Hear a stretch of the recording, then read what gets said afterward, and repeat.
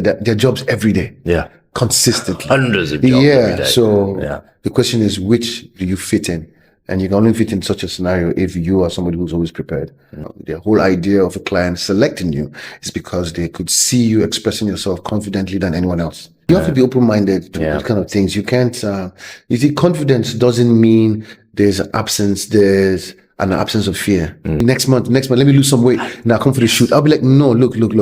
Come for the shoot now. And even when you lose weight, you can now have different profiles for the client to see you in different positions. When I started in the industry, I was open-minded to taking a lot of different jobs, despite the budget not suiting me.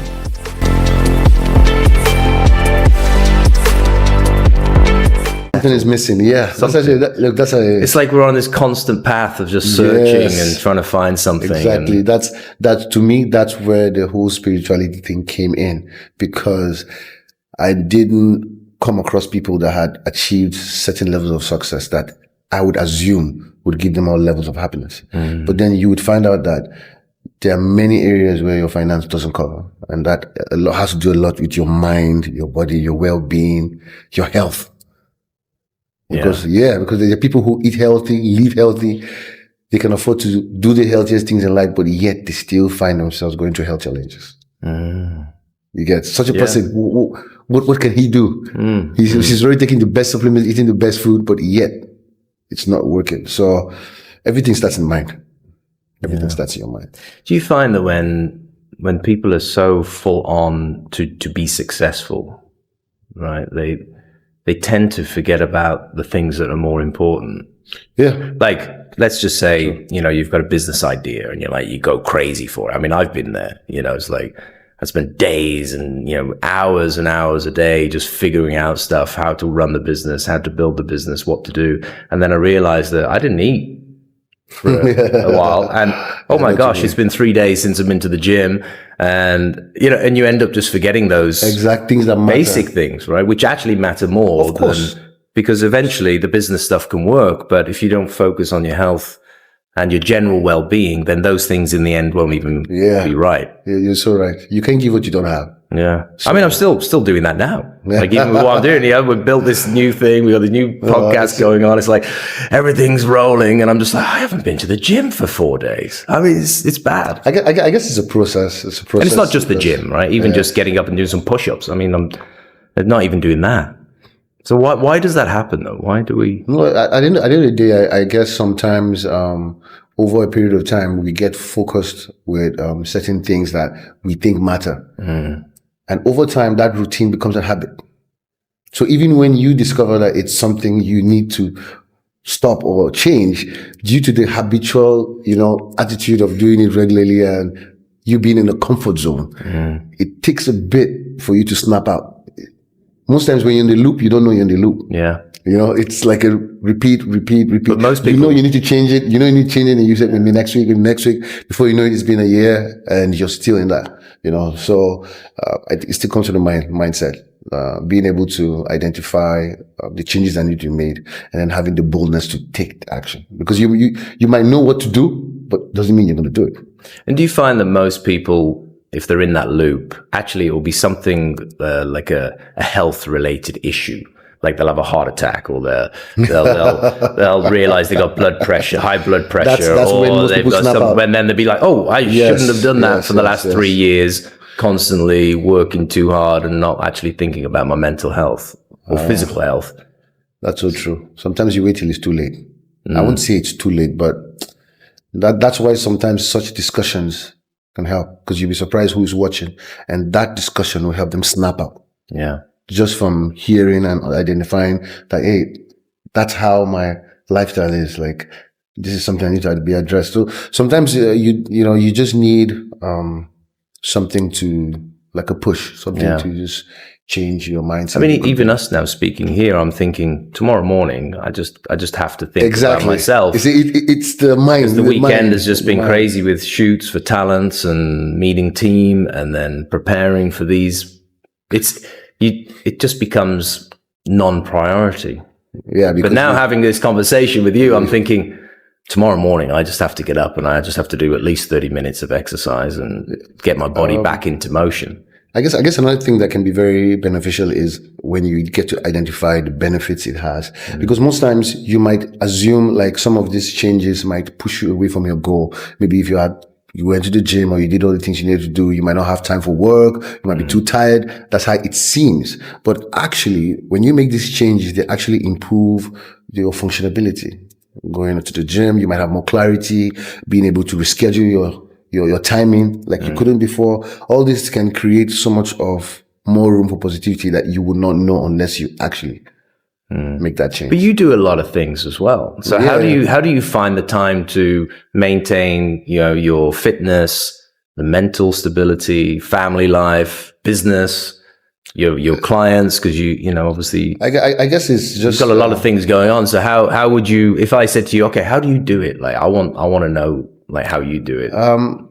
What would you say? What's been the top two things that it would just be how my mindset works, because I've spent time enlightening my mindset on understanding how it's like a chain reaction. All right, you don't try to express. You can't express what you don't have. You can't express what you're not. So if I know that my health gives me clarity, or my fitness gives me confidence, or my workout scheduling and my programming has a benefit in improving my life, then now it becomes a priority because I can see how it's going to help my business. Okay. I see how it's going to help when I go for shoots. I see how it's going to help. So the moment I see how it has a beneficial connection to everything that I thought was a priority, that becomes a priority. So you put you put an attribute to it as well. So, that's the okay, I'm only going to way. go to the gym, and that's going to improve my confidence. Yeah, confidence. Which to means where that look, when I go exactly, somewhere, I feel good. I feel exactly. Other people are going to be connected because they see my confidence, and then that's going to bring opportunities. So the gym isn't just about going to the gym for the muscle, but it's also about the steps that then it has and it engages in your life. Yeah. So it has now to become a priority because of that. Because as long as you leave it just as a hobby or just something you want to do, you'd always have things that are more valuable at that time in your mind. So that would make that's pretty cool. I like that. So putting a benefit as an attribute to it that's not just the primary attribute. Yeah. Okay, I go to the gym because I want to build muscle, but that's not the reason why you should go to the gym. Exactly. Wow. Okay. I like that. Yeah. Because you feel that doing that will stimulate all of the work and all of the relationships and everything else. It just comes together. It's even just having that discipline to be able to set the time aside to do what you don't feel like doing. So it's the discipline that also helps, because then it's discipline in the work, discipline in your meetings, discipline in meeting people. Wow. You apply that same thing, because for you to have the ability to reschedule your timing and go to a session you don't feel like going, it's pretty much the same kind of attitude you'd have to overcome any other laziness or any other challenge you have with anything else. You have work, your stuff you need to do, you feel like pushing it. It's the same mindset. The moment you're able to overcome that mindset of saying, look, I need to go to the gym. I don't feel like, but I'm going to do that. You're gradually winning over your mindset. Because remember, everything we're talking about is a battle with your mind. No, it's not enough. There's no third party involved. It's you and you. Yeah. You get it? So it's the same you that's going to make you feel lazy. It's the same you that's going to make you feel demotivated. So you have to rechannel that inside of you, that mindset, to understand that I might not feel like, but it's what I got to do. So that's something, that's brilliant. And then that's something that I think the talent should be, and obviously we're here to speak more about the talent industry and how that's effective. And I think that the things that I'm sharing to talent, actually it's about that. It's that step into something that isn't going to give you a quick benefit, but long-term benefit. That's a good one. So even if we're looking at redoing your video casting every month, discipline. It's the discipline, right? To actually do that and to learn from it and then upgrade and update, because that will actually enhance the chance of more jobs. Exactly. So it's the discipline to just say, I need to do that. Not because I just want to do the video casting or because I want to be a model, but no, because it's going to allow me to be disciplined in the rest of my life as well, because you set that. Making you aware. And you kind of tick it off for yourself then, right? You're like, hey, I did it. You should be proud of yourself then. You were actually disciplined. In everything, consistency plays a very huge role. I believe that there's nothing in life that you can do it just from the first time and get it right. Even if you're going to get something right from the first time, there would have to be consistency in the practice. There has to be consistent in everything. Yeah. So the idea of you wanting to be a talent, it's a process. It's a growth. It's like a baby growing to a man. There's stages that you have to be willing to go through, to learn, challenges that you have to face. Then you now become someone that is valuable, experienced, and someone that actually has a personality that can actually be, I mean, you and I have both met people who just want to be, I want to be a model. Yeah. And, I want to be an actor. I think it's the most common thing everyone I want to be a singer. They just see your post somewhere. And you're like, okay, do you even know what you got to do that exactly actually means the journey that you're going to go on? True. Because even if you book one job, it doesn't mean you're going to get the second job. Exactly. Doesn't mean you're going to get the third job. Doesn't mean you're going to be able to work for the next 20 years. Right? So I think, true. Again, it's that mindset of just, well, I want that, but am I willing to put in the effort and the time and the dedication and some of the sacrifice, right? And even go through some down parts where you're not selected. Yeah. So how do you feel about that? Are you okay not being selected, or are you going to take that to heart? It's going to emotionally demotivate you so that you're not going to go to the next casting because, the last two ones you didn't get. But that third one might actually be the one that you get. So you've got to have that dedication and passion to it.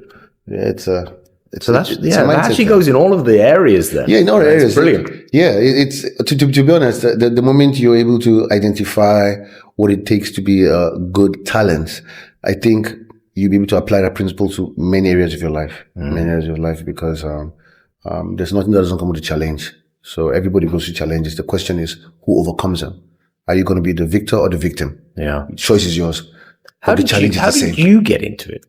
Because most people be like, okay, you've done acting and you've done, but they wouldn't necessarily look at you and go, well, yeah, he's a model or he's an actor. Exactly. Right? They wouldn't necessarily say that. True. First perception is you're a bodybuilder. So when I say I'm an actor, you're a fitness trainer, you're a bodybuilder, So how did you get into it?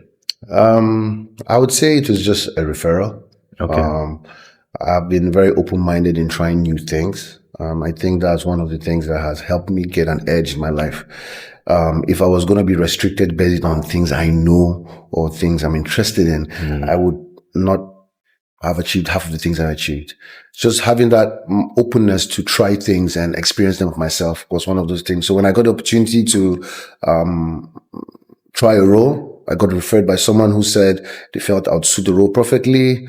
Was I interested in it? No, it wasn't my thing. I was not. If somebody told me I was going to be acting in movies and commercials, I'll be like, really? What were you doing at the time? At the time, I was still in college. I was still in university. I was doing my business course. So I had my eyes vision for being a businessman into importation, exportation. I had my whole life plan. Yeah. But the whole idea of being open-minded opened a whole new reality of life for me, because just me going for that audition, seeing the experience, being able to work with a nice team from that job. I think my first job was with Oakley glasses. Wow. And that's a big name for your first job. For first job. Hey, by the way, anybody listening, that's not always going to be your first job. Big brand. Have faith. But also accept the other ones too. Don't say, it's not Oakley, I'm not going to do it. No, sorry. It's not Versace, I'm not going to do it. It was an honor. It was just an eye opener, because just being able to work with a very good production team just gave me so much of enlightenment of how fun the job was. And this was something I had no interest in. And all of a sudden the interest just began from there. And from that job, I was willing now to put myself out there more. I was willing to go to other platforms and see what else could, like if I could be good at this, of which I didn't know I was, what else am I capable of? Do you think that you were lucky to have that good experience at the beginning? Like, because obviously you've been on set many, many times and you've probably worked with, different types of companies and people, from talents to clients to production to whatever. Do you think that you had a lucky time on that first particular? Unfortunately, I don't believe in luck. Yeah, good. I believe that every experience you have as a human being has to be attracted by your words or your mind, consciously or subconsciously. It doesn't matter, but you're subjected to your experience based on what you say and what you do. So I want to believe that the energy I was radiating was someone who was ready to explore. You get it? So when an opportunity came, it wasn't an opportunity that just fell on my lap. It was something that I had attracted because of the kind of mindset I had, the openness I had to opportunities. There are many people who would have that opportunity and feel like, what's the point? Maybe it's not what I'm interested in, and they wouldn't go for. And they would never know that it would lead them through a journey of life. So it wasn't luck that made me actually take that choice. It was me having that openness to try new things. That's why I always feel that, just be open-minded. Just be open-minded. There are many opportunities, many passions you'd have that will not resonate with you only because you've never tried them yet. I believe it's better to try. And if you don't like it, at least you know you tried, rather than just assuming it's not for you. So not having that assumption gave me an edge. Yeah, I like that, because I think a lot of people have high expectations of certain things as well. Yeah. Right? When they're going onto a job, they expect certain things. Yeah, especially when you see it on TV and they're like, wow, it's so beautiful. It's such a cool environment. Look at the life they live. But actually the reality of it is hard work, right? You have to learn. And I think we spoke the other day about this first shoot that you had. Yeah. And, you did it well, and they like to work with you, as you said there, about because you put a good energy into it. And because I also prepared before. So I was just about to say, so, because you'd never done it before. Yeah. How did you even know what to do? Because there's a lot of people here who would be booked for something, and they would go to set and they have no clue what to do. Now, they may have somebody who will help them, direct them, guide them. But on many occasions, I don't think that's the case, because if you're a talent being booked and being paid, your job is to actually deliver.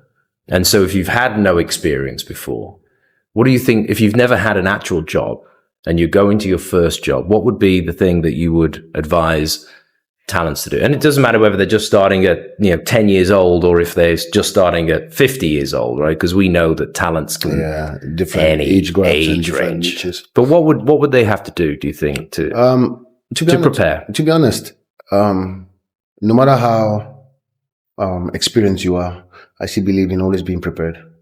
It's like looking at a footballer like Messi. With all his 20, 30 years of experience, he still goes to training. He can decide to skip training because he has all that experience, all that skill. But the training keeps you sharp. The training keeps you consistent. It keeps you disciplined.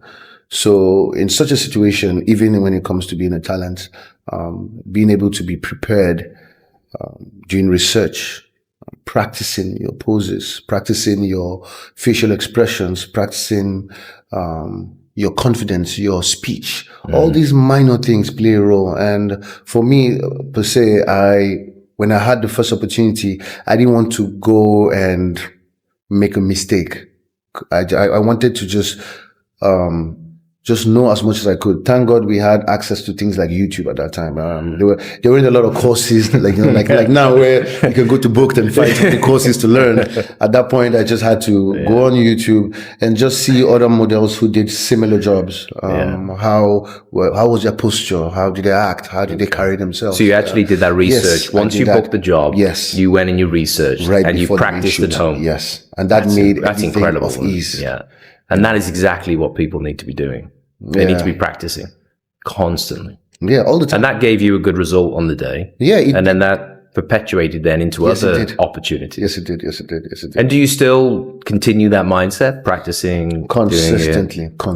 The moment I get an offer for a job, even when I have an audition where I've not been shortlisted yet, I still go all in with the practice.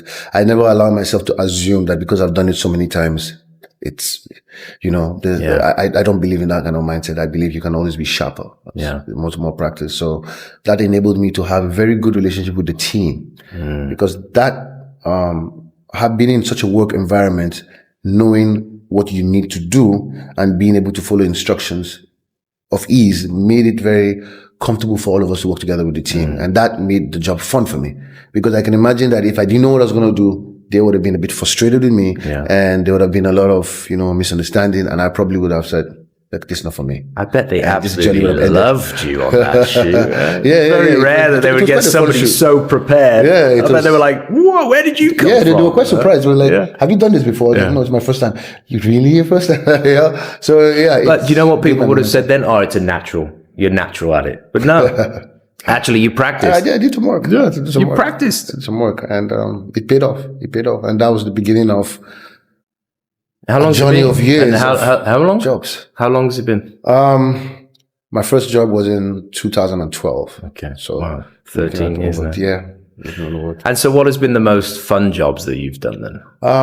I've done a lot of jobs. I think my most fun jobs are commercials. Yeah. Okay. Because they take less time compared to doing movies. The pressure. We know, on stage, yeah, yeah. You can also testify of that. Yeah. And sometimes they're very straightforward. You know, sometimes you already know what you have to play, the role you have to play. I've been blessed with a lot of opportunities with different kinds of commercials, with different roles to play. Despite how sometimes my physique would have had a bit of limitation to the roles I get, I still happen to get quite. That's my Very good next lead question. roles, Do you yeah. not get typecast? But now you're saying you actually have different offers and roles, and so how do you navigate that then? It's just dependent on what I'm looking for at that time. Something I've noticed about being in this industry is that you have to make a choice. It's either you're doing it as a hobby or as a passion. As a passion, making it a career. As a hobby, obviously, you will not be putting your all into it because you're just doing it for the fun of it, or you're doing it for the money. The moment you make it a career, there are so many factors that have to be considered. With so many job offers I had, when I started in the industry, I was open-minded to taking a lot of different jobs, despite the budget not suiting me. Okay, because We'll get back to that. I had to be open-minded that I wanted exposure. Open-minded that I wanted to have more networking with some of the crews and the directors. And also the most important thing was the experience. No one could pay me for getting that experience. Yeah. So for me, they feel they're paying me. But for me, I'm coming to learn. I'm coming to know how the environment, know how to relate with these people, and know how to get more confident in that position. So I was actually benefiting way more than they were. That's incredible information for the talents out there right now, that you've got to use that time to get the experience, to understand what happens on set, to understand who you're working with, build up the networks.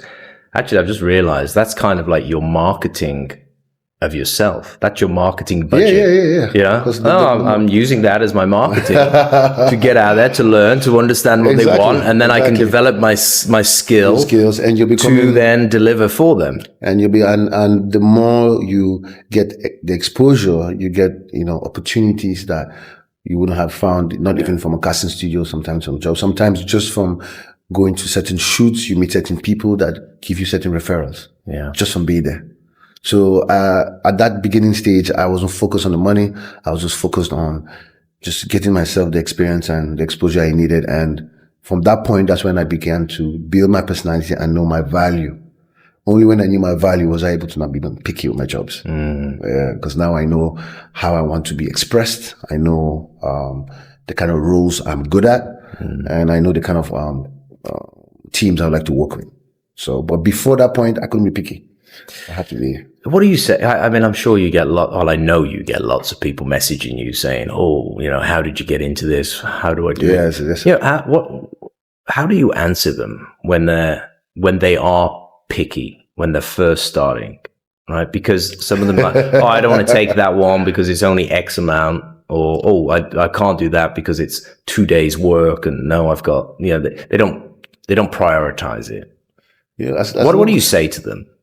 I'm interested to hear what you say. No, as long as the zeal is not there, I just feel it's a waste of time, to be very honest. You know why?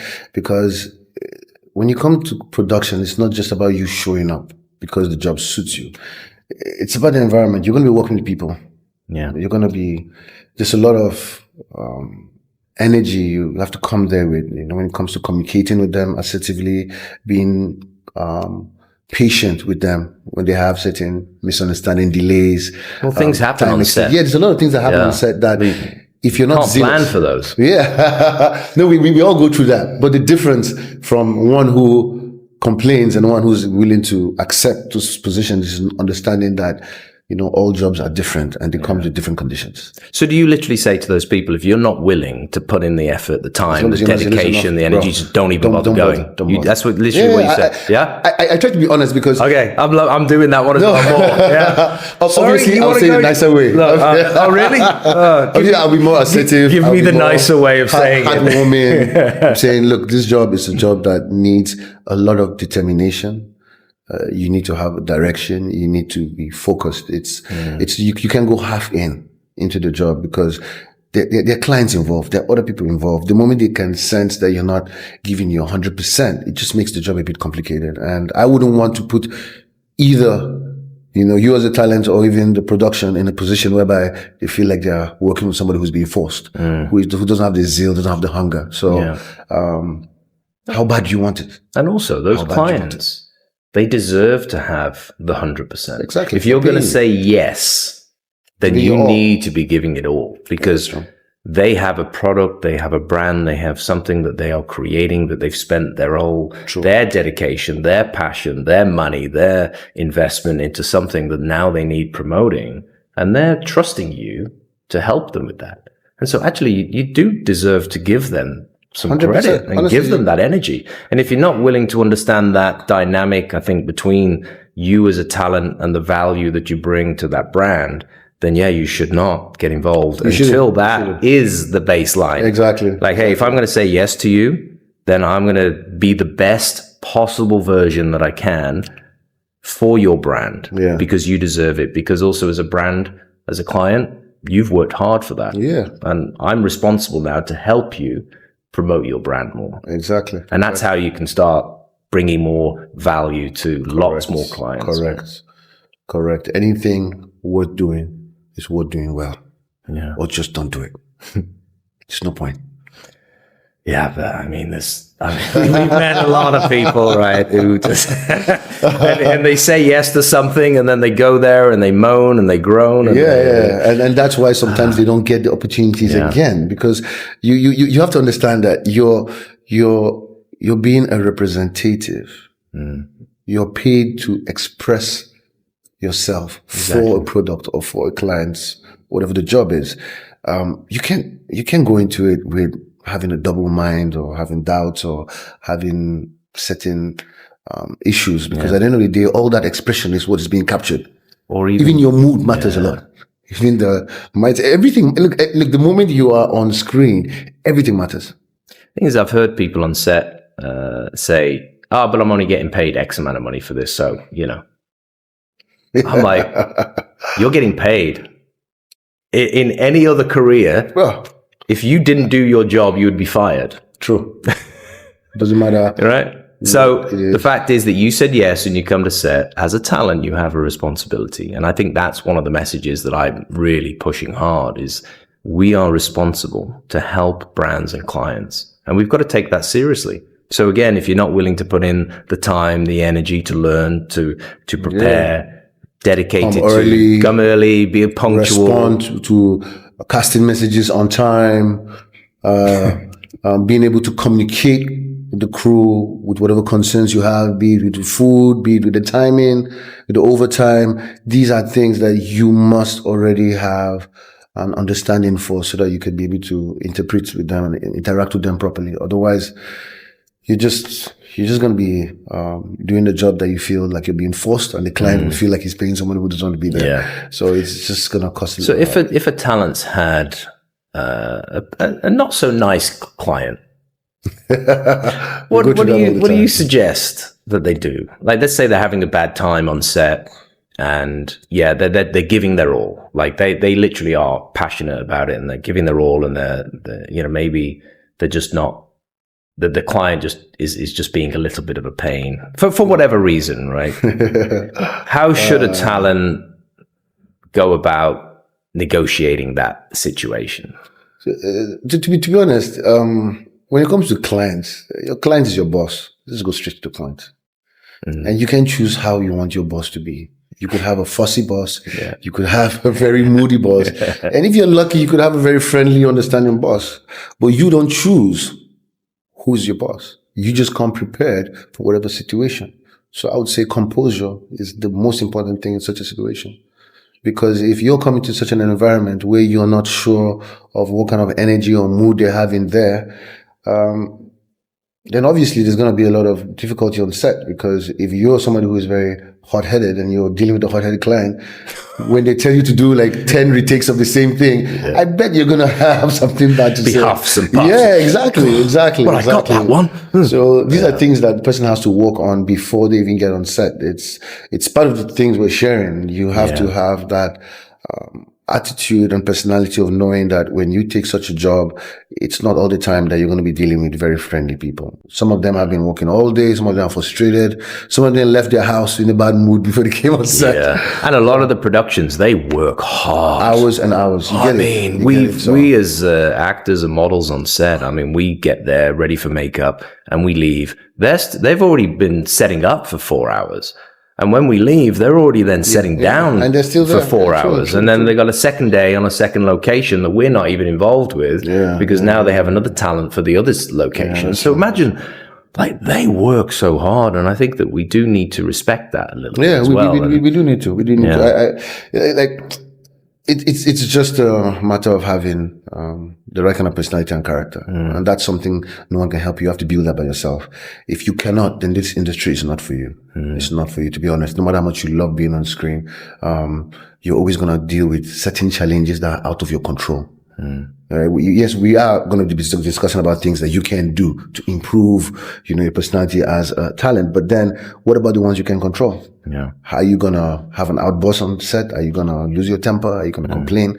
All these factors will affect your career if you're not a composed person. Being able to be disciplined, being able to be assertive, even when you're not being spoken assertive to.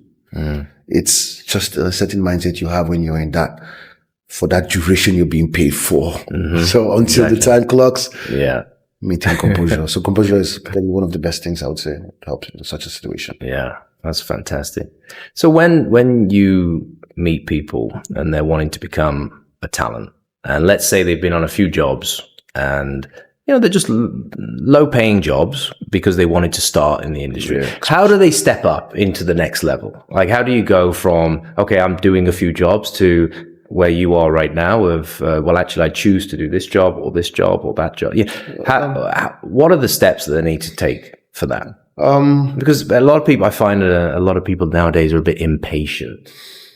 Tell me they want to run before they can walk, all these kind of antidotes of what it is. But I feel like we have a duty with the experience that we have to provide some information on this podcast to people of like, we've been through these things, we know that it's not that easy, and but how do we go from those traumas to success, right? How do you actually take those steps? And we know that road is not short, it's a long road. Yeah, it is. But what are the things that you would suggest, and they can decide if they're going to take that or not? But this is what you think is the path to your success in this industry, because also the industry is changing, right? Advertising's changing, social media, with the new technology and AI so much coming in, being made available, and there's no longer big commercial campaigns for big billboards now. It's all on the mobile. Everything's all social media. So the industry's changing, right? Which is also exciting, I think. But I still feel like the baseline of your professionalism as a talent should still be the same. It's just that your job may change. The nature of the job, maybe even the nature of the budgets of those jobs will change, because on the usage, because no longer you're going to be on a TV commercial, you're just going to be on social media commercial for 3 months. That's it. That's the usage. On some app. Or an app. So the usage is changing. The industry's changing. There's lots more jobs. But what are those baselines for any talent to just literally say, right, if you're going to be successful talent, these are the things that you should do? Obviously a lot has changed from the few years I've been in the industry, but I would say some things never change, which are principles. Principles don't have sentiments. The idea of having principles is that it functions like a law. And some of the principles I would say are guidelines that help you to be consistent in being able to have new job offers, improving your skill, improving your talent in general.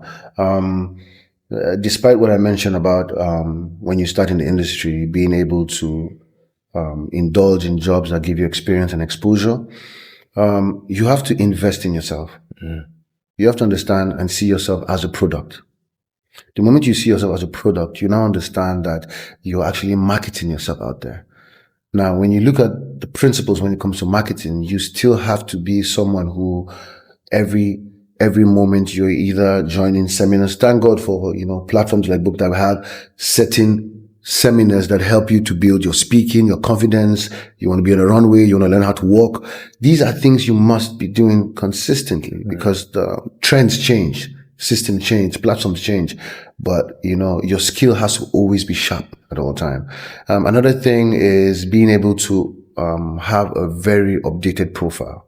I've had many people who would come into the industry, set up a profile, and just wait for years, hoping someone will find them. It doesn't work that way because every day there's a new star on the platform. Every day there's a new person signing up to be, on the screen. So the more updated you are, keeping up with an updated profile, with different looks, with different levels of confidence, that also increases your chances of getting more jobs. Besides enhancing your skills, as I said, investing in courses and stuff like that. And at the end of the day, you have to learn how to build your confidence because what you're selling is confidence. The whole idea of a client selecting you is because they could see you expressing yourself confidently than anyone else. That's it.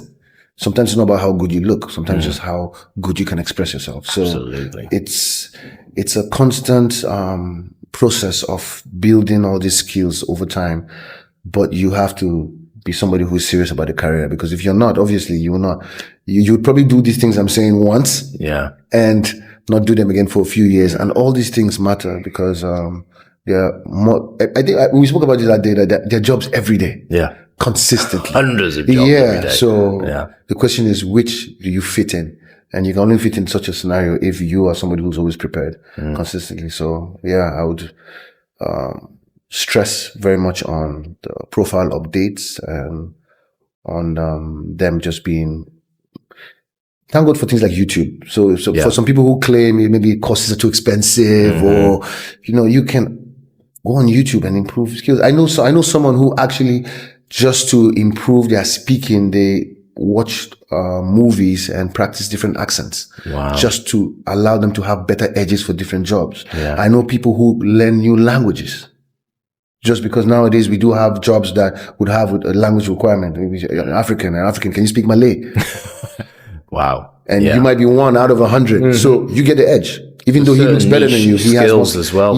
So these are things you have to. That's why it still comes down to what I said: the zealousness for the career. How bad do you want it? Because if you really want to be successful in this kind of industry, you have to cover all your angles. And that goes for anybody, right? Doesn't matter. True. It doesn't matter what you look like, because it's also about the way you perform. Yes.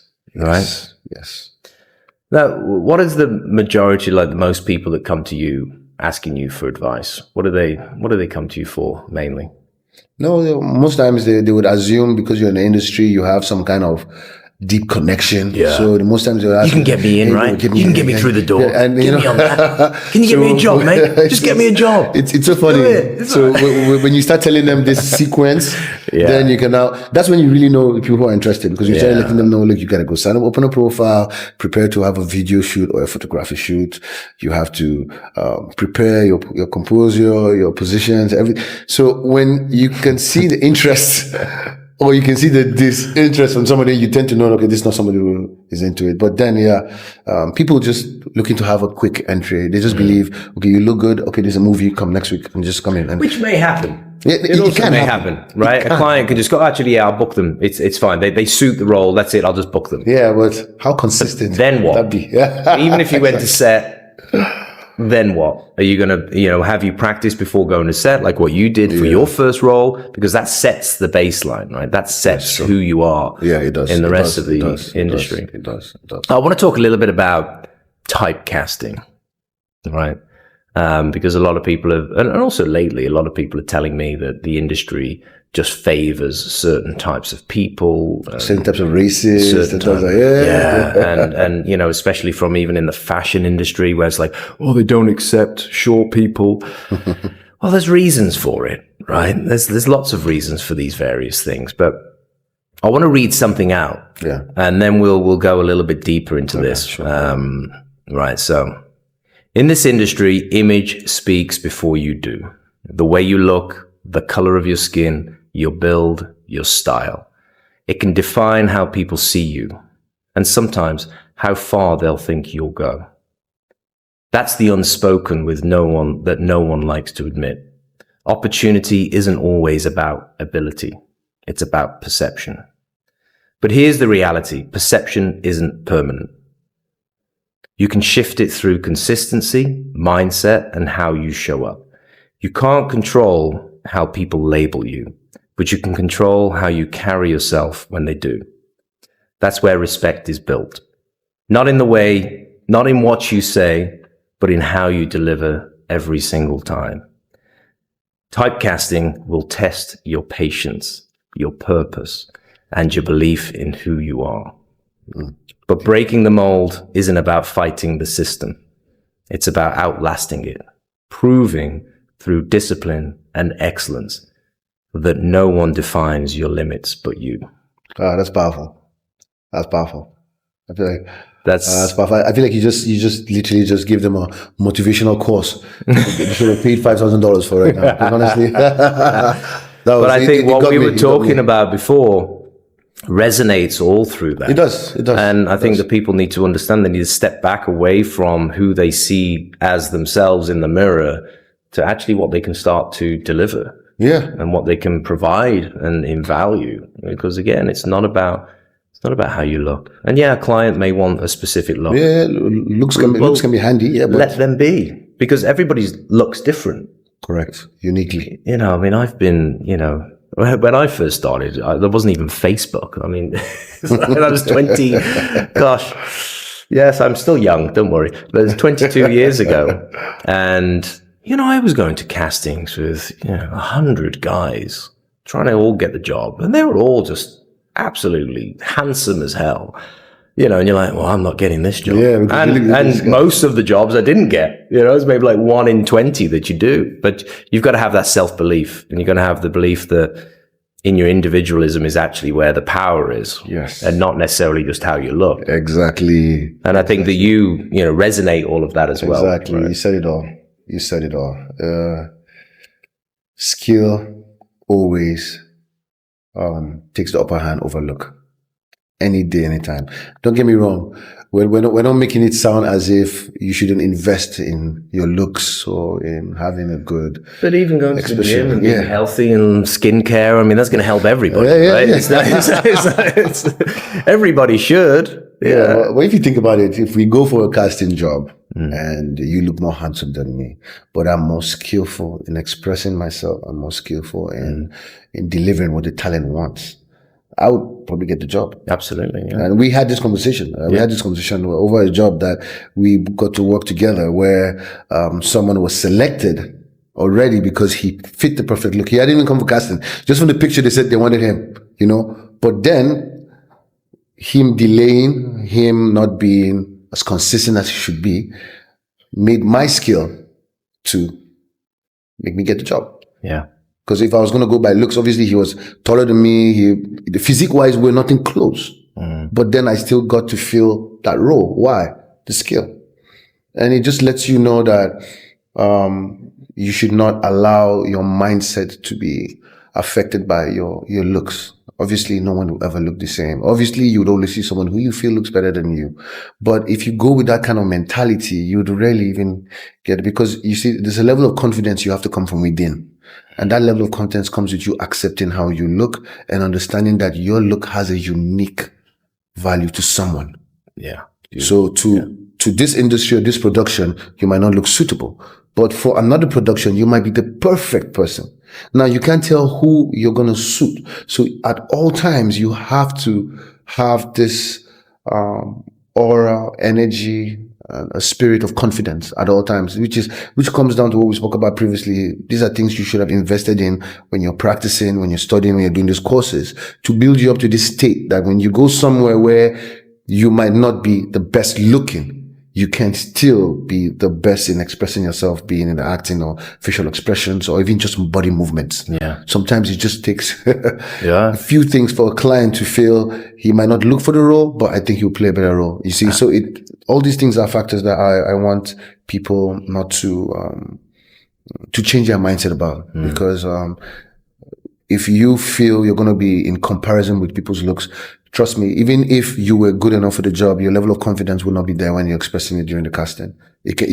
Sometimes you can read energy. You can tell when somebody is very confident, and you can tell when somebody is demotivated. Yeah. You know, so those two principles are things that I think person needs to work on over a period of time, building your skill, building your ability, building your every factor that makes you a talent. Is it your voice? Is it your positioning? All these things would give you an edge when a job opportunity comes. So don't be focused on the look, because that look alone, honestly, if it was based on look, I wouldn't think I would be picked for Oakley glasses. I know I'm a handsome guy, but when I look for Oakley, when I for Oakley, I asked my partner, I was like, "Are you sure? Like, have they seen my? Because what I look like? But then to the client, I was the best person to fit the profile. Yeah. To me, I wasn't. So if I had gone with that lack of confidence, automatically it would have been expressed in my action. And when I've gotten the job. God, that's brilliant. So I will say that is exactly it. That's exactly it. So it's a mindset thing. Everything just comes to your mind, because you're an expression of your mind. Even your speech, you're an expression of your speech. Yeah. So if you're somebody who's not confident, you can tell even when you ask you to read scripts, you can tell. Yeah. You can tell the person is not comfortable. So. Okay. So let me kind of bring something in here. Yeah. If somebody's like, yeah, but of course, you're confident because of the way you are and the things you've been through. I've never been through anything. I don't have any experience. I don't know. So of course they don't have the confidence. Yeah. So then it comes down to maybe the willpower to step in to that uncomfortable situation, because then they will go through the uncomfortable moments that you and I have, many people in the industry have been through, to then figure out that, oh, actually, it's not that bad. Yeah. Oh, that client liked me. This one didn't. Why is that?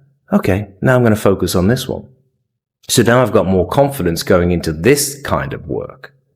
So now their confidence starts to build up. Exactly. But it's that first step. And so from my perspective in what I do with the talent education, it's always just do it.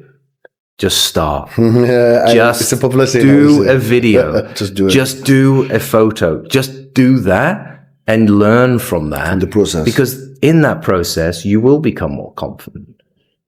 Don't even take a picture and look at yourself, because a lot of people don't even like to look at themselves. They're like, no, I don't want to see how horrible I am. No. And I'm like, no, please just look. Okay, now, what do you think? What do you feel? And in the end, they're actually like, do you know what? I'm not that bad. It's like, no, you're not. It's just because of the feeling that you had for yourself. But the clients don't see that. Exactly. What the clients see is, do you look confident? Are you going to deliver? And are they confident enough to pay you to be on set and not cause them problems? That's so true. And take time to get the posing. If you can get the posing like this, then of course they're going to book you. Yeah. If they got two people, the same look, like you said earlier, the same look, this person can get 10 poses, boom, boom, boom. This person here is like, sorry, what do you want me to do? Wait, where do you want me to look? Where's my hands? Then, of course, the director, the photographer. So that's the skill, right? That's the thing. Yeah. And that's where the confidence comes from, I believe. Yeah, you just get in there and get going. It's something you have to build on your own terms, you see. Yeah. You're coming into an industry whereby your face, your voice, your body might be expressed in platforms exposed to the world. If you don't have confidence in yourself, who will have confidence in you?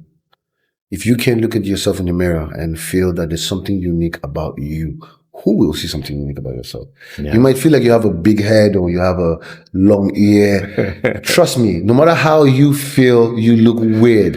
Yeah. There is a weird company out there looking for that weird look to market to weird people. Mind you, there are different niches in this industry. Yeah. Different niches. So that's why even, thank God for platforms like Booked, that because Booked was the first platform that ever allowed me to know that anyone of any age, race, or body type will always have a demand for something somewhere. Yeah. There's somewhere in the world that they're trying to market something to that niche that only your look, despite how weird it is, despite how bent you feel your head is, there are other bent people that need to be marketed to. You get what I'm saying? Yeah. There are other like minds that need to be reached. And you can't always be assuming you have to look like someone else because the target market is reaching. It's different. Yeah. So the moment you have this mindset, it tends to let you know that your level of confidence is just going to give you an edge in finding your true calling or the true placement of what role you can truly play or where you can truly play. I always had that mindset. I had that mindset whereby if you have to be in a fashion show, you have to be very tall. If you wanted to be a model, you have to be very slim. Hence why I never even attempted to try some of those roles because of the mindset. But when I got educated with platforms like Booked to know that no matter how weird you look, there was always something you had to offer that made you unique. Yeah. Because the same way your palms and your prints are different, that's the same way your look is different. So you can never assume that there's no place for you when it comes to that industry. Just come with the confidence. Yeah. And let the job do itself. You get that faith. Faith is an attraction. Faith is an energy. You get it? So if you're not coming out of confidence because you believe that there's going to be a platform somewhere that you will be able to resonate with, then why are you there? You might as well go and do a facial surgery to get the job he's getting. Which unfortunately a lot of people have done. Right? They've done surgery to try and change. Yeah, that's true. They've had different cosmetic surgery that has caused their face to change because they thought that's what the industry wanted. And unfortunately, it's gone the opposite way. And that's probably a topic for another thing, another podcast, because, the amount of people that have tried to change their look to become what they feel is the fit into the industry. Yes. And then you look now and like, oh my gosh, like you just look so different. And now you're not as natural as what you were. And that's going to play a role in the jobs that you're going to get. Yes. And the jobs that you're not going to get now. Exactly. You have to be open-minded to those kind of things. You can't, you see, confidence doesn't mean there's an absence of fear. The idea of confidence is that the fear is there, but you are not recognizing it. Yeah. It's a difference. So we're not telling you that you're not going to go through some of these challenges. We're just saying that when they do come, have this mindset of knowing that there's a value for you there. There's a role for you to play. This is probably for me, in my experience, the most common conversation I had from the moment Booked platform got open, because many people would say, okay, look, I feel overweight. Maybe next month, let me lose some weight. Now come for the shoot. I'll be like, no, look, come for the shoot now. And even when you lose weight, you can now have different profiles for the client to see you in different positions, in different looks. It gives you an edge. Never feel you're not good enough. Yeah. Do you know whether the belly you have is because you're trying to market the product? Yes. For people with belly? Exactly. And that's only a personal idea of what they think their belly is like. Yeah. I mean, look, talking about Booked and jobs, we had a guy do an underwear shoot. I think he got paid pretty well as well for his first job. And he was like 46 years old. He wasn't having abs. He wasn't. And he got the job and he's like, are you sure they're booking me? Exactly. And he was like, wow. And he got there and he did the job and delivered. And now he did a campaign for underwear at 46 years old without abs. And, and it's a horrible thing, but they wanted a bit of a dad bod. They wanted it. Because that's what they were marketing to. And so you're right, we've got to stop this limitation, stop this kind of segregation of like, this is how people should be. No, it's open. It's open season, actually. It's open season, just bring it all. But you're right, a lot of people wait. A lot of people are like, oh, do it later, I'll do my profile. I really want it, but I just need to lose some weight. Oh, I just need to do it. Yeah, the wrong perception. Yeah, you've got to do it now. You've got to capture your moment now, because if you do it now, tomorrow you might get a job. If you do it in 3 weeks, the job that they would have booked you for tomorrow won't be You're not there gonna be there. because they booked somebody else. Exactly. And you've got to do it now. What do you have to lose? Yeah. Because you have more to lose when you've never made an attempt than you making an attempt and failing. Because And what are you failing for anyway? You're just taking some pictures The idea and of showing failing it, is you just and knowing- maybe you get a job, and that's great, No, right? Even if you look at the failure, you can look at failure in a more positive way because the failure just lets you know one other way that just doesn't work. Yeah. It doesn't actually say you're never going to get the job. It's just saying there's something you need to improve, something you need to be better in. So now you've gotten an edge. You see, information is power because a lot of people who are listening to us now would have had that perception that, okay, I'm not good enough. My look, my this, my that. Look, it's just you. Yeah. If you believe in yourself, trust me, that aura, anyone can sense it. Sometimes it's even the energy you sense before the look. Yeah. Because you see the level of confidence, the way the person carries himself, the way they speak. Yeah. You know, it says a lot about yourself. But those things always need effort. They need dedication to learn. True. Be yourself, wherever you are, however you look. Take a chance. You have nothing to lose than time. Which it's not worth it because time will wait for you. So one of the things on this podcast is we like to hear a little bit of, bad moments that you've been through.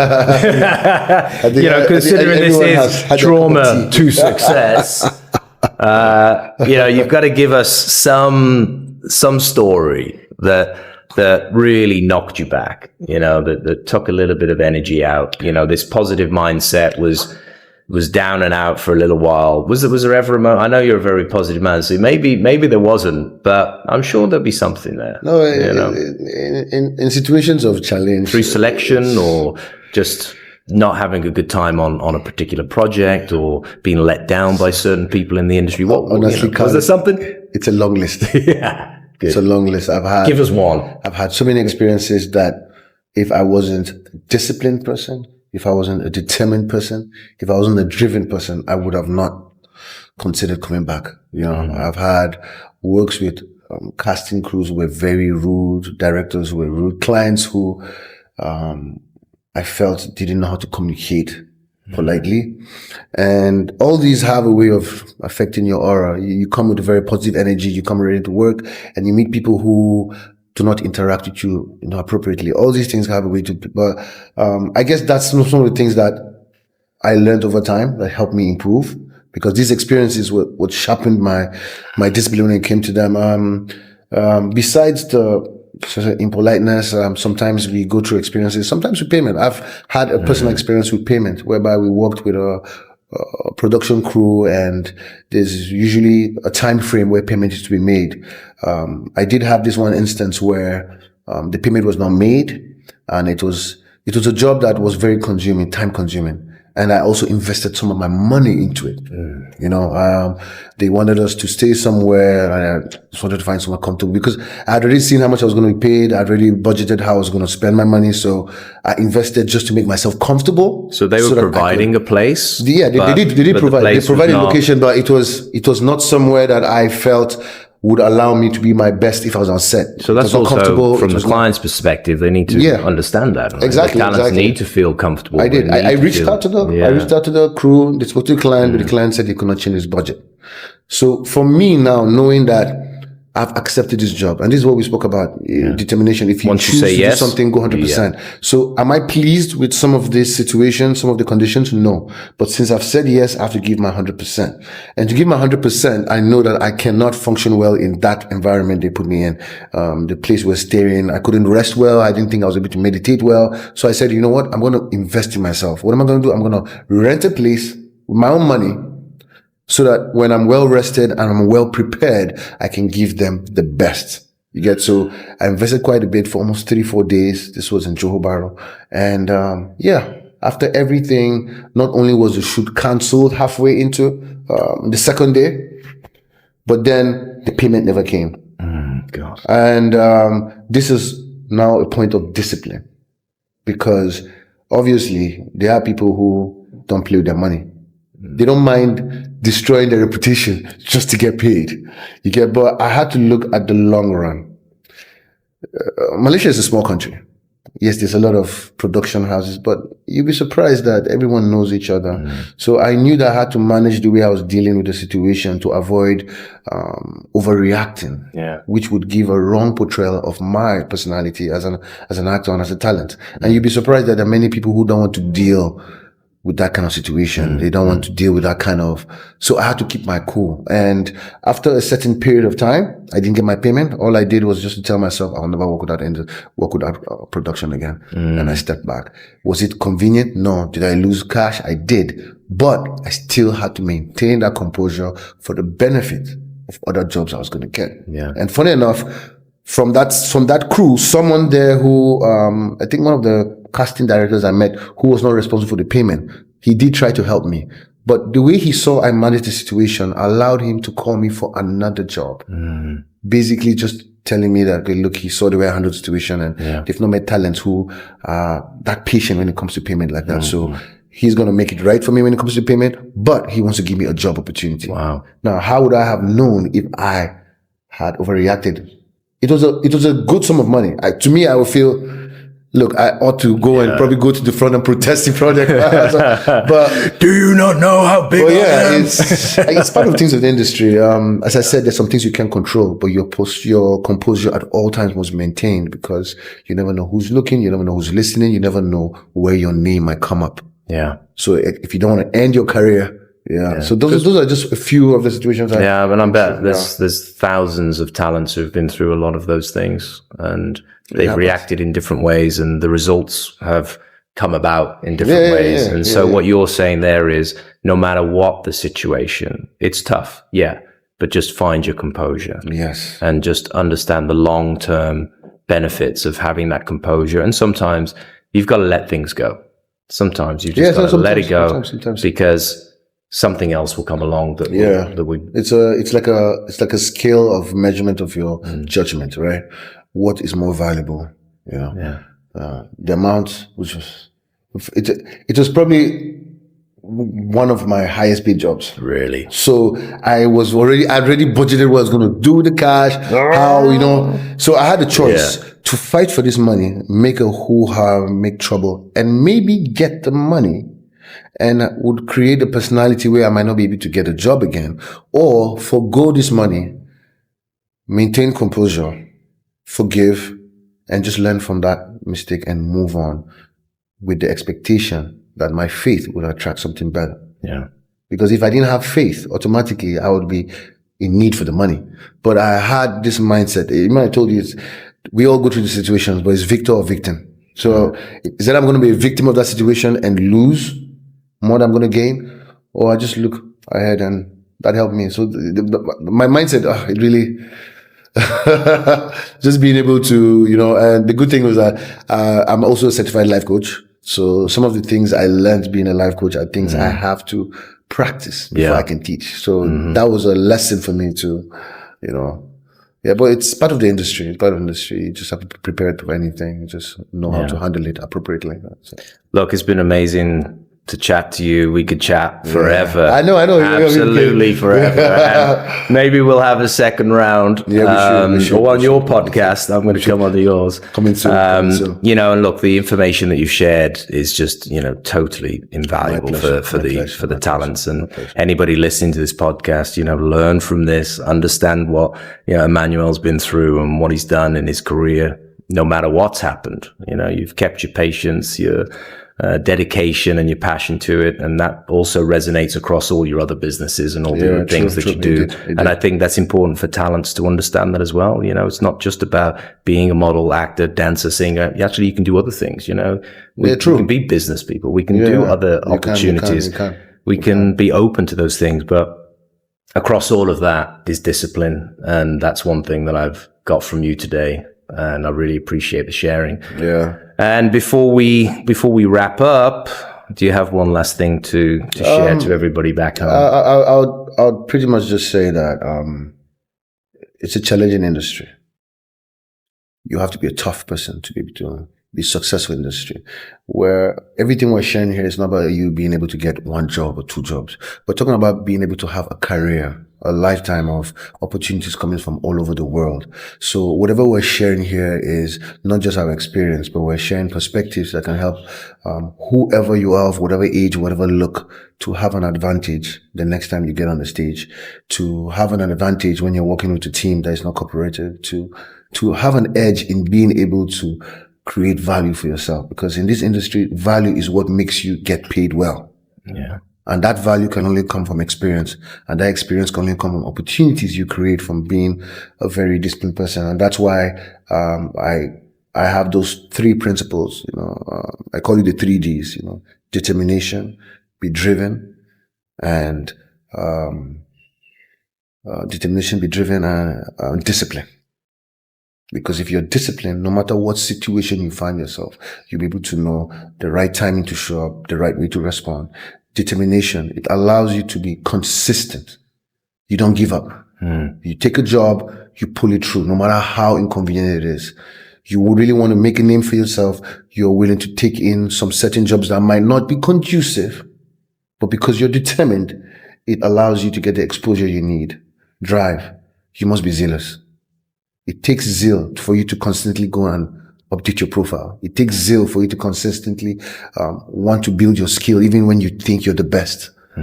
So all these principles put together over a period of time would allow you to grow from a stage where, you're looking for jobs to a point where you're the one picking the jobs you wanted to do and even negotiating your budget yourself. Yeah. So all these value are things that I hope that our listeners will be able to resonate with, and hopefully we've given them something to improve. Absolutely. Incredible. So it's my pleasure. Thanks so much for sharing. My pleasure. Thanks so much. You made me more confident now and inspired to be more determined in what I'm achieving as well. So thanks so much. Thank you so much. Thank you so much. Yeah, thanks, buddy. Cheers, man. Thanks.